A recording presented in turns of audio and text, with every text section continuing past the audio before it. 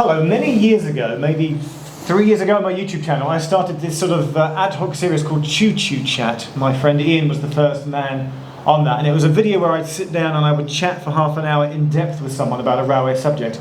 I haven't made one for a couple of years, but Andrew, hello. Hello, pleased to meet you. Andrew Smithers, everyone, Mr. Mappy. Mr. Mappy is my handle. On Twitter, and this morning I'm up in Staffordshire and we've gone out and visited the old Barlaston and Wedgwood and Norton Bridge stations, and that was video number 1. And then video number 2, we then did the least used station in Staffordshire, which is Longport. And I thought, while here, we're sat here in the delightful Stone Station, which is your home station. It is indeed. Okay. And I want to talk to you about everything you do, mainly your website, and then just tube maps, or just railway maps in general, because you are... Well, let's start. How would you describe yourself? As a map designer or a map cartographer, designer cartographer, it's the same thing. And how long have you been doing that? Well, I started at school when I had a pretend underground system of my own running around West Hampstead, where I was born and bred. And I used to pretend I was a tube train. I actually used to run along and open and close the doors as though I was a Bakerloo line train. Sorry, at home or on the streets of West Hampstead? On the streets of West Hampstead. So you used to walk down the streets of West Hampstead, sort of making indeed, the very noise. We've all done that. Speak for yourself. I still do it. In my 40s. So then I did my first diagram, having seen the London Transport tube map at West Hampstead Station. Okay. I had to have my own diagram of my own pretend underground system around West Hampstead, and that's when I first started my love of the schematic map. Did you do that in pencil or crayon? Or? That was done in crayon and in poster paints, mainly at school and at home. Okay. Did you study art as a A-level or degree? Or subsequently, I studied art up to A-level, and then I went off to art college. But during my time at West Hampstead, every time I went down to West Hampstead Tube Station, it seemed like the map had changed slightly, and I was always amazed at the differences in the design. One of the ones that really amazed me was the one with the really sharp angles. I think it was designed by Stingemore. Oh, the Stingemore, yeah. And ugly, isn't it? Well, now that is completely berated by map makers nowadays. It had the awful example of Aldgate being split in two by the line and so forth. But to me at the time, it was like space age, so futuristic. I thought it was amazing, and I just fell in love with the tube map. And then I gradually, with the friends, went on Red Rovers at the weekends and so forth, and we covered the whole of the underground system. Hang on, a Red Rover? I remember the Red Bus Rover. It was 50p. My mum used to give me 50p and a packed lunch and send me out for the day with my cousins. It was a ticket that we went off for all day Saturday or Sunday. Okay. Yeah. And that allowed unlimited travel around London. What? So you used to do what I used to do, explore the tube and the tube map. Mum used to make me some sandwiches, and off we went. Maybe we had the same mum. Like no one told us. Okay, yeah. So I've got some questions for you. So your main presence online, you have the amazing, and I mean that, website projectmapping.co.uk. That link is on screen now. What's on your website? What can people enjoy? Well, it started because I was running my own graphic design business, which was called Project Advertising and Design Limited. And during 1997, this is before the internet and so forth, when the railways were being privatised, I thought, why isn't there a schematic map of the railways in the same way that there's a schematic map for the tubes? So one Saturday I went into the office, and within an hour or so I'd evolved a scheme that had the structure of the network. Now, actually, earlier I was at Andrew's before we started this morning, using his toilet, having a cup of tea, and Andrew kindly recreated that moment for me, like this. You start off with London. What you really want here is lines to radiate equally. So you've got London to Brighton, London to Hastings, London to Southend, London to Colchester, London to Peterborough, London North Western Railway, Stafford, Crewe, and straight up to Chester, and Paddington to Reading. Now what we've got to get in there, we've got to get the middle and main line in, and if we follow the gold standard rule of transport map design, which is using 45 degrees, you have to wiggle the line up, but it's a straight line. So we split the difference, we make it 22 and a half degrees, and we go straight up to Derby. That means we can also go straight up to Bishop Stortford, all lines radiating from London. Then we can take the line from Derby down through Birmingham and Bristol down to Taunton, Reading down through Taunton down to Penzance. We can go from Derby straight up to Leeds. Interestingly, that 22.5 degree angle gives us the sort of the backbone of Britain, the slant, that is the Pennines. So that angle makes it look like Britain. We go from Peterborough to Doncaster, straight up to York, straight up to Edinburgh. We go from Crewe, straight up through Preston and up to Carlisle. Then we've got a straight line, Blackpool, Preston, Leeds, Hull. We've got a straight line, Shrewsbury, Crewe, Stockport, Guybridge, Leeds, York, Scarborough. We've got a straight line, Crewe, Stoke, Derby, Grantham, and then we've got a straight line from Didcot through to South Wales. Then we've got a straight line from Chester, Shrewsbury and down to Newport. And basically, that's what it's all about. And that's how you came up with your first ever map? Well, that's how the map developed. And then Fairleigh Computers, the first desktop publishing, came into our offices. So it was easy to design the maps on desktop publishing software. What was the first software you ever used? Do you remember? The first software was Freehand and Quark Express. And the computers were just a revelation to us. So you could design your own fonts, you could do anything. Gone were the restrictions of letterpress or offset litho. It was absolutely fantastic. So I started designing these maps and printing them out. And then along came the web. We had a website for our own company. And then I started the project mapping website. And it had two aims. One of them was to promote my own wares, but the other was to present other maps from around the country and then latterly around the world. Initially, when it first started, people would send me in printed maps and I would collect printed maps, and I'd have to scan them in sections on an A4 scanner and paste them together on the screen, or I'd photograph them with a camera. That was how I got them onto the website. And then as the internet expanded and all these things went onto the internet, I was able to get all my material that way. You still use freehand, you were telling me earlier. You don't use Illustrator? I haven't, no, I'm anti-Illustrator. You haven't gone over to the dark side of Adobe? In the early, Adobe bought freehand and closed it down. They did, didn't they? Yeah. So I've got two computers. One's running freehand still. How are you still running an old version of freehand? How has it not forced you to upgrade? Because every time you need to do a map, it's an emergency.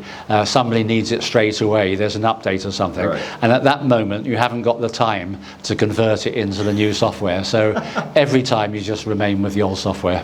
Now, my next question, I sent Andrew my questions in advance, is have you ever had any of your maps designs used for any official railway companies? And I was asking this because I know the answer to this, because I was first aware of your work on the National Rail Enquiry's website. If you ever look at their Rail Rovers section, there's always a little click here to show the area of the map of validity, great word, validity, and it's your maps that appear on the Rail Rovers part of the National Rail Enquiry's website. Is that correct? It is indeed. One of my biggest clients at the moment is Network Rail.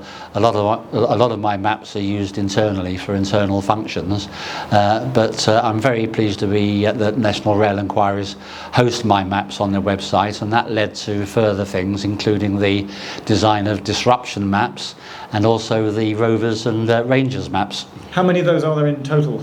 There's something like sort of 70 something, I think. Okay. Yeah. Okay. And you stay on top of those, you keep them updated? Yes. So like, for example, we've got new stations coming. We've got Reading Green Park, we've got Thanet Parkway coming up over the next year. Yeah. So you stay aware of current changes? I have to be aware of that. I have to do my own research by reading the rail press. Nobody in the railways gives me that information. Or watching my videos. Oh, indeed so. Indeed so. Yeah. But in the early days, the website was fairly small and limited, but it's grown and grown and grown. grown, and I've now got well over 3,000 maps on the site. There's 3,000 maps on your website. 3,000 maps on the website. Can you honestly know what they all are in your head, or do you even forget?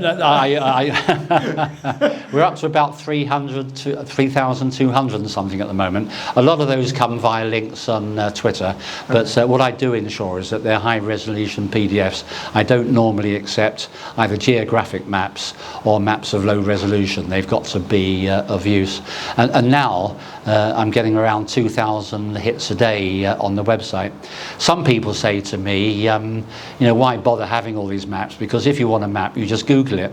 But a lot of the time when you Google a map, it's actually finding that map on my website. So in a way, what I'm doing is archiving historic information. Yeah. So these 3,000 maps are there to encourage discussion, talk about innovation, different styles of maps. It's all there to help people talk about maps. Right, because we got chatting on Twitter where there was some discussion about how Paddington should be represented on the tube map, and you were quite complimentary towards me. You were like, "That's a nice way of doing it." And then you then put out like a little, almost like a cheat sheet showing you like the 15 people that all had a go. Do you have a preferred Paddington? Well, I'm a double Paddington. You're a double. I'm also a double Paddington man. I'm two separate stations. 300 metres apart. It's absolutely ridiculous that we have two stations with the same name. It's a bit like Bethnal Green. I think there may be other examples. Yeah. And so do you think they should rename one of the Bethnal Greens? Absolutely. You think they should rename one of the Paddingtons? Absolutely. What should they rename one of the Paddingtons? Bishop's Road and Parade Street. Just call them that. Yeah. Go back to their original names. Like many people do. A lot of things go back to their previous names, don't they? Like Manchester Central Station became Manchester Exhibition Centre, and now it's gone back to Manchester Central. Seeing as we're talking about the tube map, because you know what question's coming next, do you have a favourite or a least favourite map, Andrew? What is your least favourite design? Well, I'll start off with my favourite ones, okay. Because there's a lot of people emulating the Beck-style tube map. They copy the system of 45 degrees and the interchange symbol and ticks for stations, and there's a lot of those about. But there's a couple of designers that are high up in my estimation. One of them is 0%. They reside in Seoul in South Korea, and they've done some fantastically imaginative designs. For example, Paris is the Eiffel Tower with the rail lines on it. Amsterdam is the tulip with the rail lines on it. Absolutely fantastic. The other great designer is Hugh Cherevic, Serbian designer based in Paris, and he's doing all sorts of terribly exciting things with his map of Doha, Abu Dhabi, where you don't only include all the buses and the metros and stuff, but you also include a range of hills in the distance, the sun rising, things that give the map personality. Because I think what's happening with the map is that it's changing from a journey planner into an icon that represents that place or city.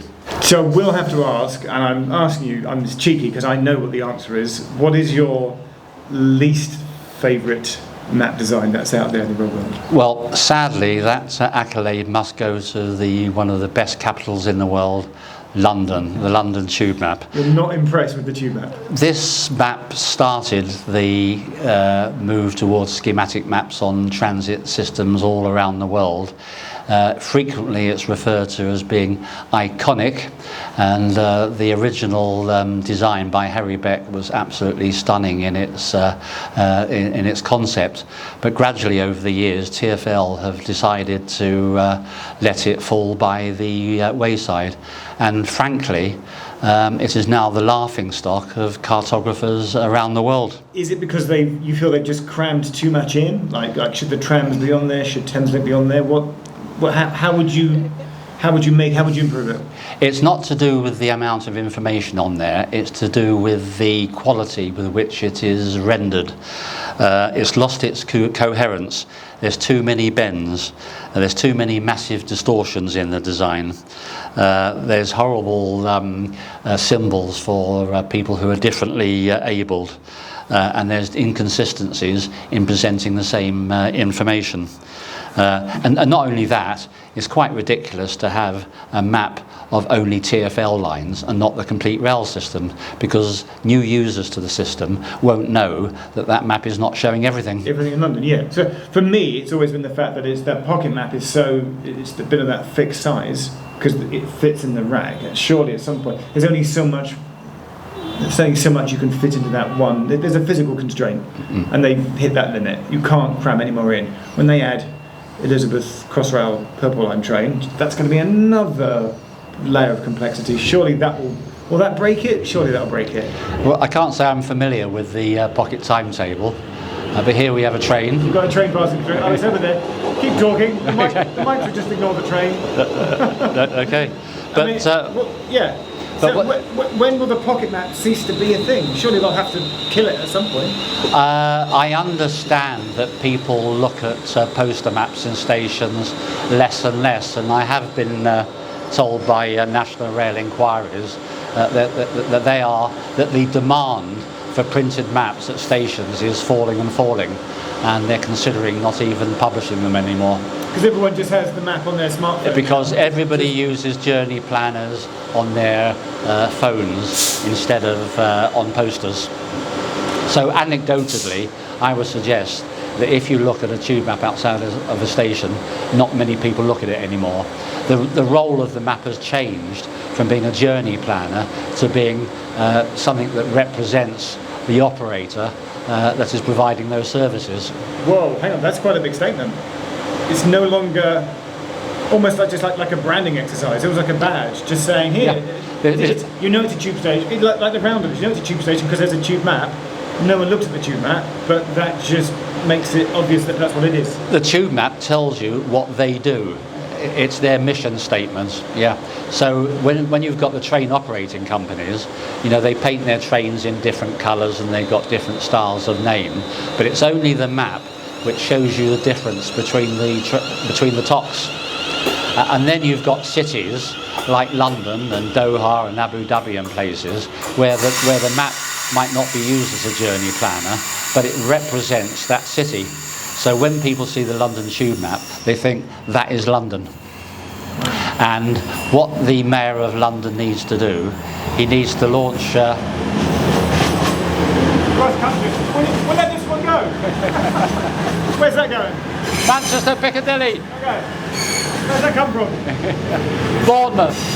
Bournemouth to Manchester cross country. Just wave everyone. You can't see it, it's right there. And there was a bit of flange squeal. Lots of flange squeal. You know what, I could even smell the Voyager toilets from all the way sat back here. Yeah. Voyagers, yeah. Why the chemical smell in the toilets? Okay. So TfL are redesigning, and they've put the Thames link on in a terrible way, which is incredibly amateur and disappointing. Wow. What the Mayor of London needs to do is to take TfL by the scruff of the neck and launch an international competition for a new design of map for London.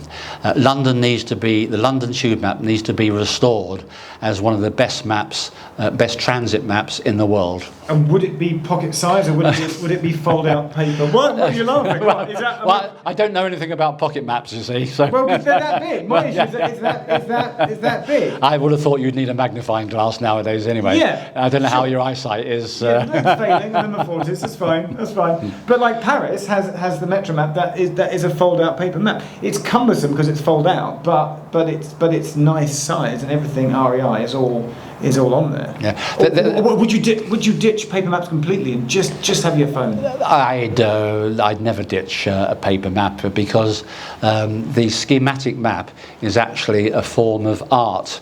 What you're doing is you're taking geography, which is basically spaghetti, and turning it into a simplified form to make it easier for people to understand the network.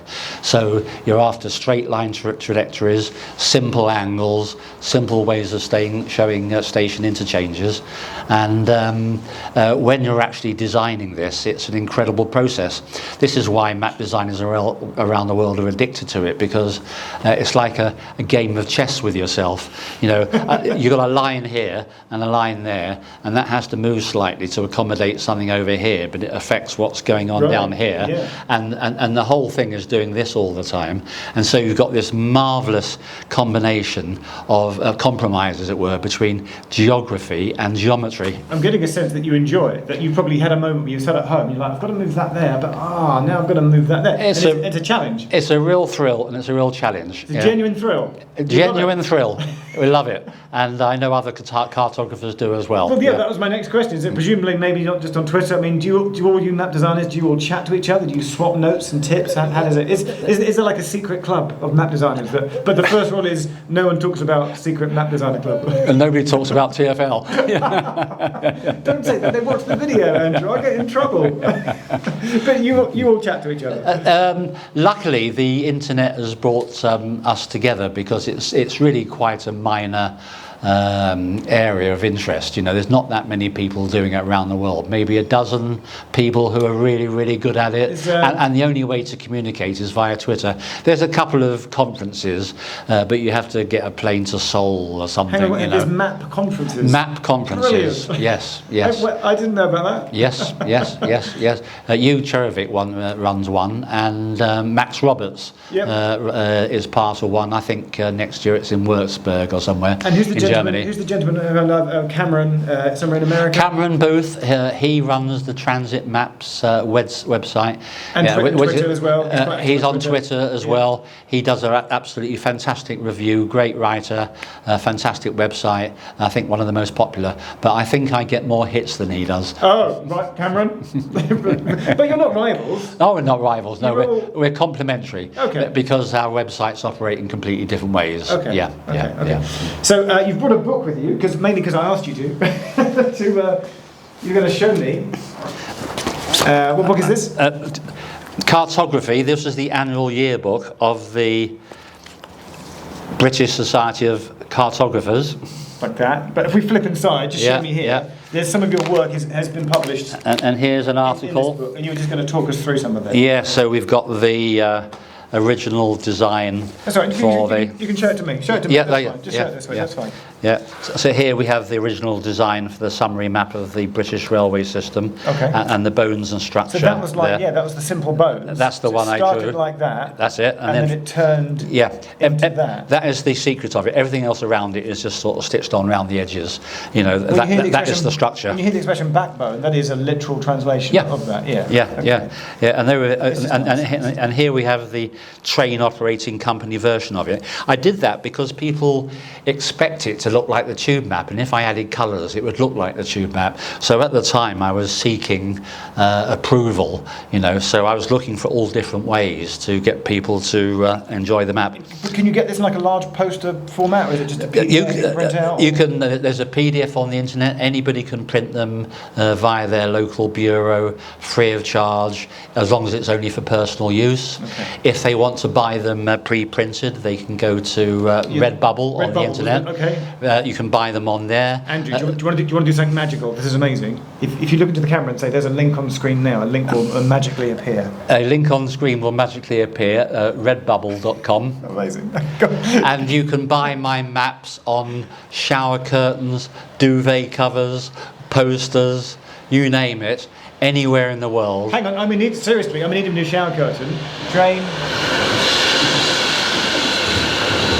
Avanti, West Coast, switching through. Houston to Manchester.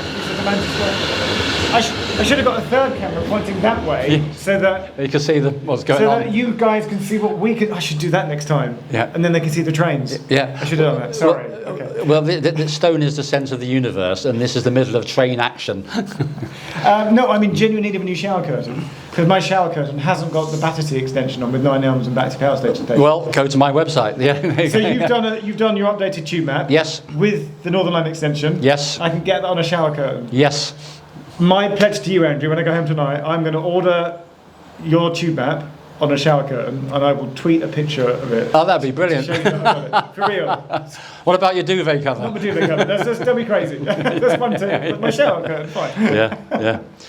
And even though the British Railway map utilised the 22.5-degree angle to represent the start of Britain, you can use different combinations of angles to suit the metropolis concerned. So Merseyrail used 30 degrees and 60 degrees and works absolutely fine.